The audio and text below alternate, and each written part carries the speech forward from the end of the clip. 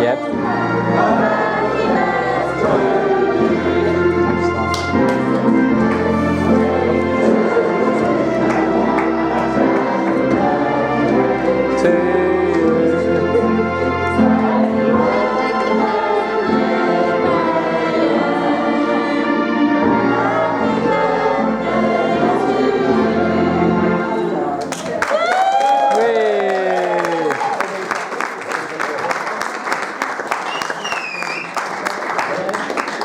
Well done. Don't get carried away, people.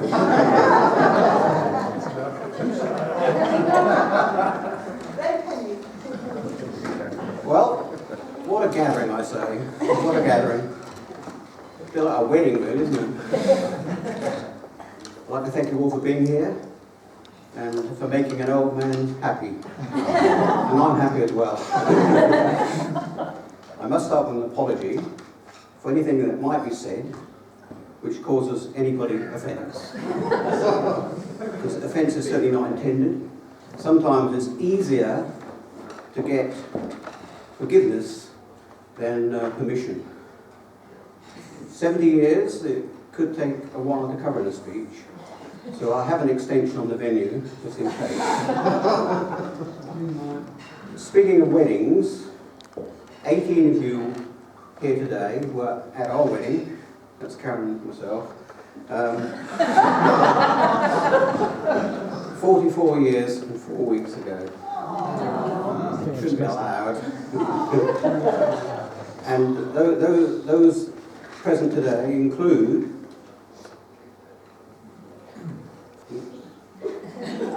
three bridesmaids, and of course the bride, and the white. And the best man in name only, because the groom can't also be the best man. Is that a wig, Graham?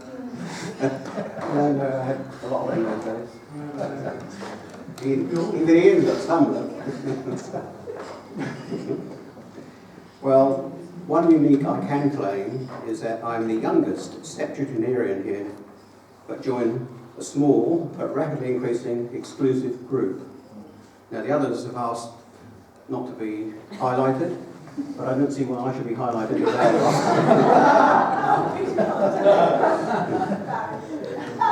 I don't think I've missed anybody. Some of those are quite recent. There's a whole raft coming not far behind. 70 years, or as my mum would say, 3 school years and 10, and that's your lot. She wasn't a good predictor of longevity, and she lived to nearly 99. I wanted to have this party with family and friends, as my last 3 landmark birthdays weren't celebrated in the UK. The others were in more exotic locations. The 40th was spent scuba diving in Fiji with some friends, and you can see at the bottom there we're training in the swimming pool, because none of us had scuba dived before. And Karen gave it away at that point because whilst underwater she saw somebody's legs and she thought they could go for us, so she didn't want to do it after that. So here we are going out to the reef. Good there, Will. I was what? You look good there, son. Nothing's changed.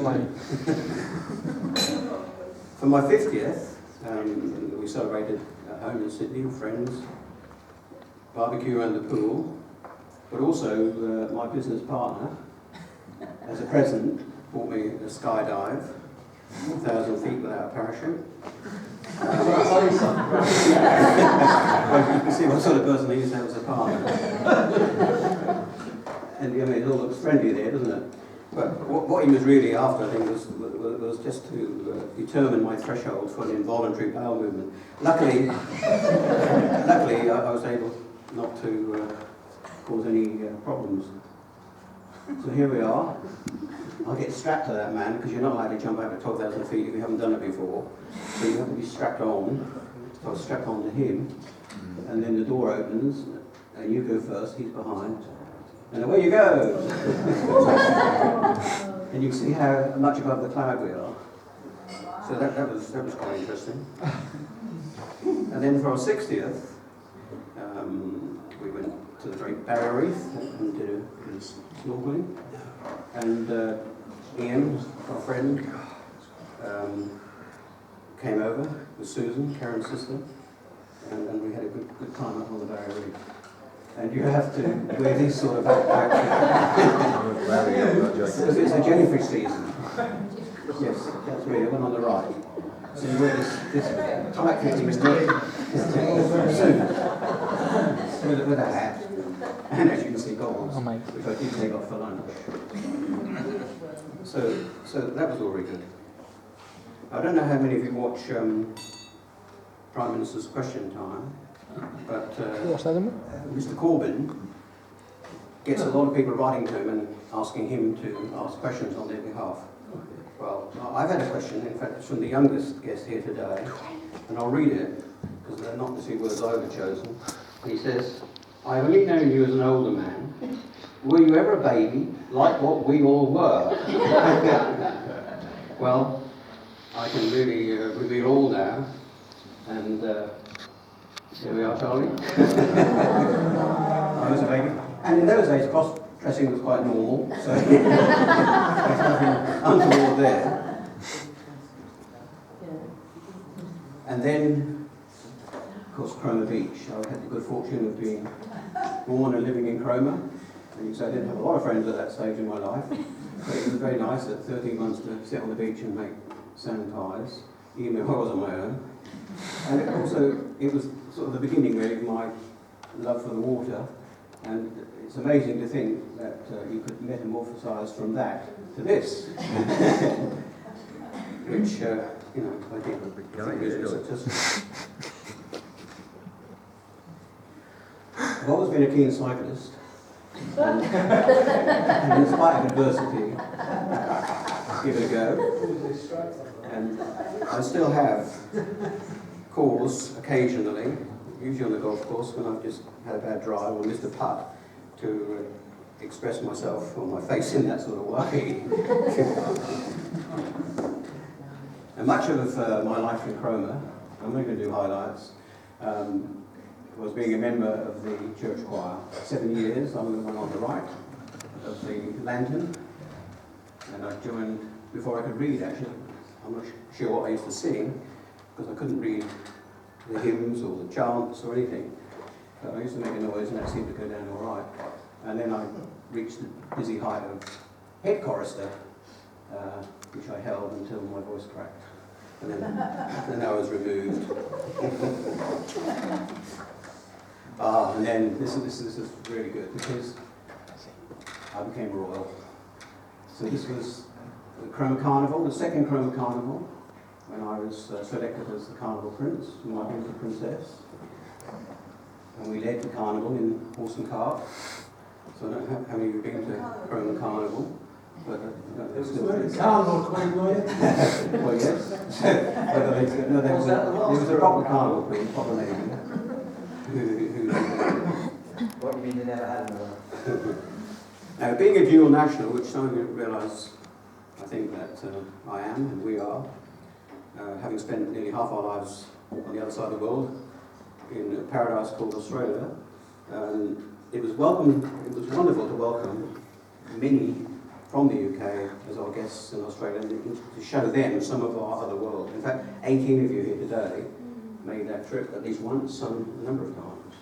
And the first people to arrive were Susan, Karen's sister, and Mark, who sits over there now, and Karen's mum. I think they almost got there before we got there. They weren't going to miss out on an opportunity. Our next guests, who came within the first 2 years, were our friends, the Broadberries, and the son there, who looks very happy, he came back twice, once for an extended period of time. At one stage I thought we were going to have to adopt him because his visa was running out, and he has become a very successful surf boy under my direction and training. And then, of course, Susan came again, this time with her husband, and with daughter Beth as well as Mark. He's not on the picture, he's a bit further back, but he's already had exposure, so he probably won't mind that. And then nephew Stephen with his wife, Kerry, and his son Nick, and Nick's girlfriend Gemma. They actually came twice, so they obviously thought it was all right. And then nephew Paul, who's sitting there today with his former wife, and of course our beloved Labrador Henry, with his own sunbed, and used to swim in the pool. And then cousin Penny and Ian, who are here today. Here we are on the top of Sydney Harbour Bridge. You can see the Opera House. Pouring rain. Down below. As you can see, it was wet. I'm on that picture as well, but we haven't got a wide angle, so you don't get it all in. And then Karen's good friend Jenny, who in fact came twice. The second time she brought a sister and a son. We showed them what it was all about. It's up in the Blue Mountains, the Three Sisters, if anybody knows of that area. And then our good friends Ian and Margaret, and you can see how happy they are. They haven't even arrived. I think they came straight from the funny farm, but they certainly look happy, don't they? And then we go on a walk to the Blue Mountains. You can see probably kitted out there on shorts and by the waterfall.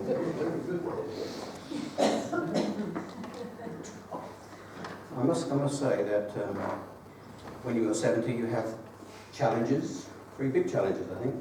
I call them the 3 W's. Who am I? Where am I? And why am I here? Then there is the extended vocabulary: prosthesis, catheter, incontinence, Zimmer frame, hearing aid. These are all terms that you have to learn and know when to use. And of course that sentence, spoken with a poker face and total sincerity and even belief.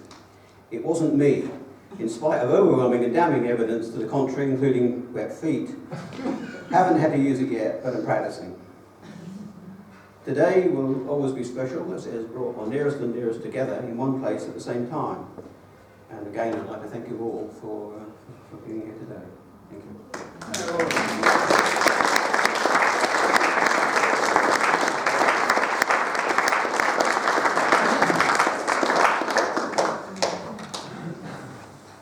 Some more food then, shall we? And some proper music. Thank you for that, Charlie. Happy birthday, Graham. Happy birthday.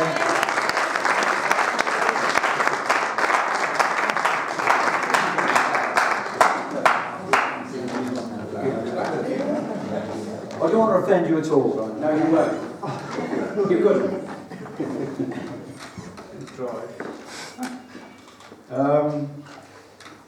Graham James Brookfield, 70 today, Brookie. On this special occasion, and as one of his oldest friends, I suppose it's right for me, on behalf of us all, to thank Graham for his generosity today and indeed through the years.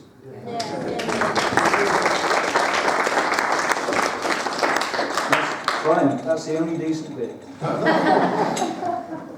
The last time I had to face such a pleasant ordeal was as Graham's best man at his marriage to the lovely Karen. Memories, of course, there are many. Graham was and remains a lover of cars.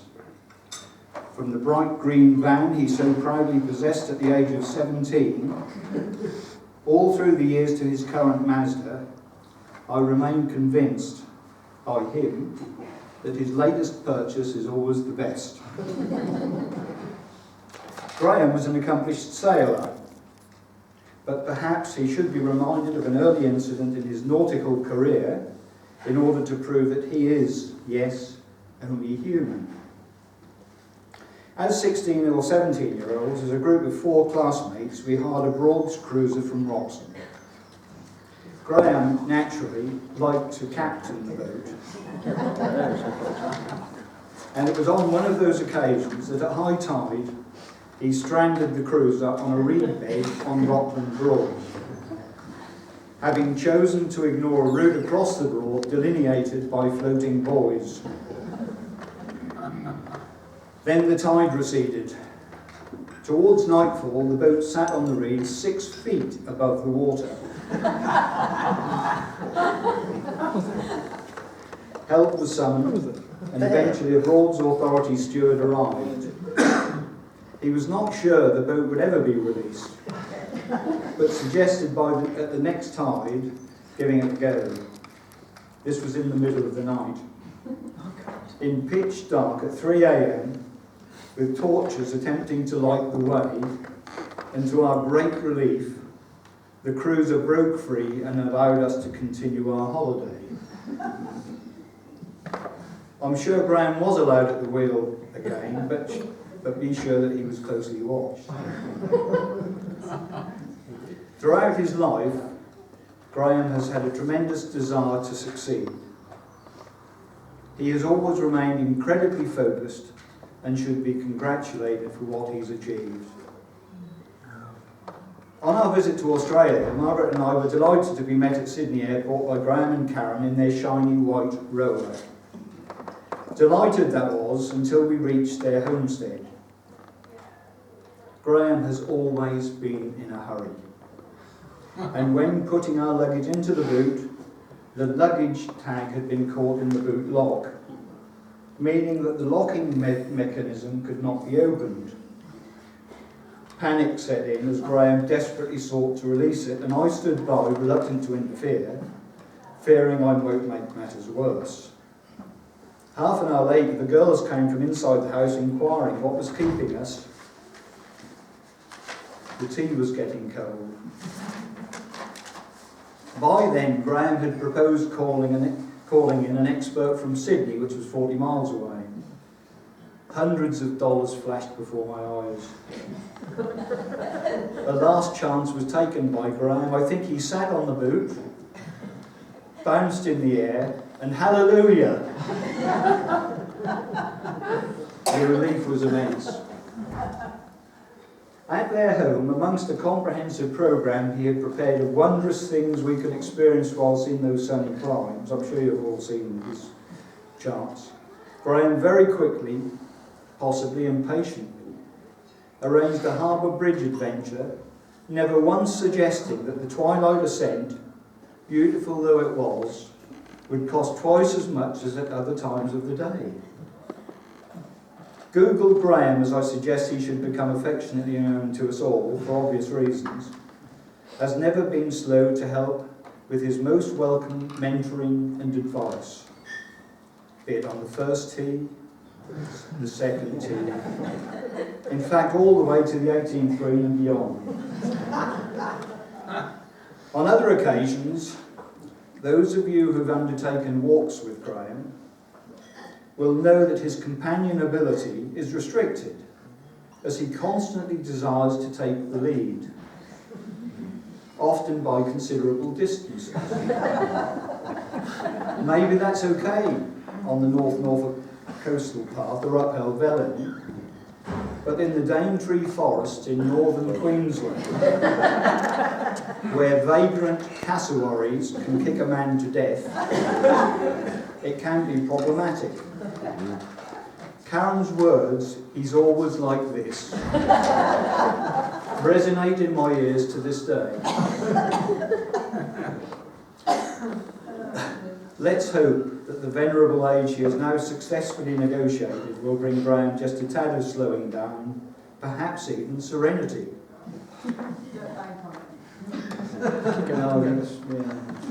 I can confirm that on the leads his company remains steadfastly enjoyable, and that his talent has vastly improved since the days when he was occasionally prone to hitting the ball backwards and sideways instead of forwards.